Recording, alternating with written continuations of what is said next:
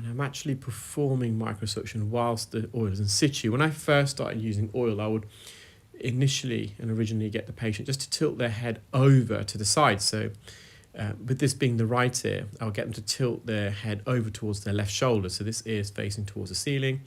I'd put the drops in, I'd let it work its magic for a few minutes, let it soak, and then I would ask the patient to tilt the head in the opposite direction, so towards their right shoulder, and I'd place a tissue underneath the ear to collect all the oil as it's draining.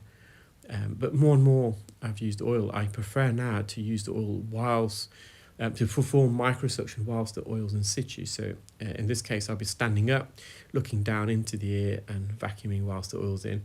I find it to be a lot more effective. The major challenge though is when you're performing microsuction whilst the oil is actually still in the ear. You can get a lot of blurring on the screen, so you're just going to be a bit careful, but the more and more you do it, you become more comfortable with the technique.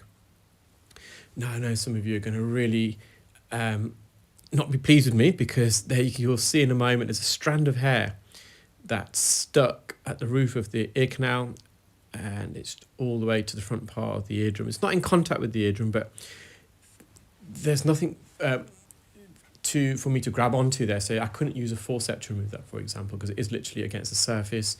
Using a sucker, again, you're going to graze in the ear canal. So I've got loads of hairs in my ears myself that are loose. Then it caused me a problem. I did ask the patient whether they could feel anything in their ear, and they said no, it's fine.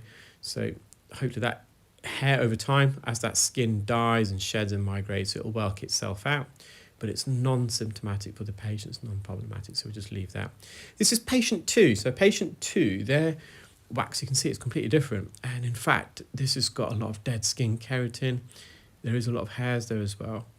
So I'm just trying to tease this out. I've managed to get a good suction grip. Quite often harder, firmer wax is a lot easier. It's quite a substantial piece to remove compared to softer wax, because as long as you get a good suction grip, you can remove the wax in its entirety. The softer it is, the more likely it is to come out in little chunks and break away. So I've removed the ball of keratin. Now I'm just going to perform a skin peel, I think. I'm going to just remove some of this dead skin that's coating the base of the ear canal. I've reverted to the fine end suction probe. It's actually an extension. So I'm still using the standard size Zollner suction probe.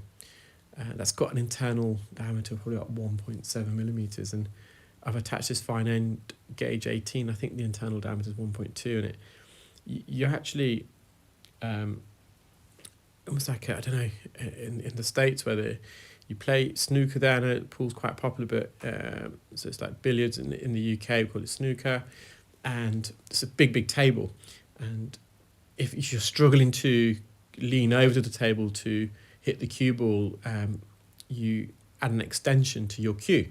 And I compare the fine end to an extension. We actually clip it on at the tip of the suction probe, so it makes the suction tube a lot longer.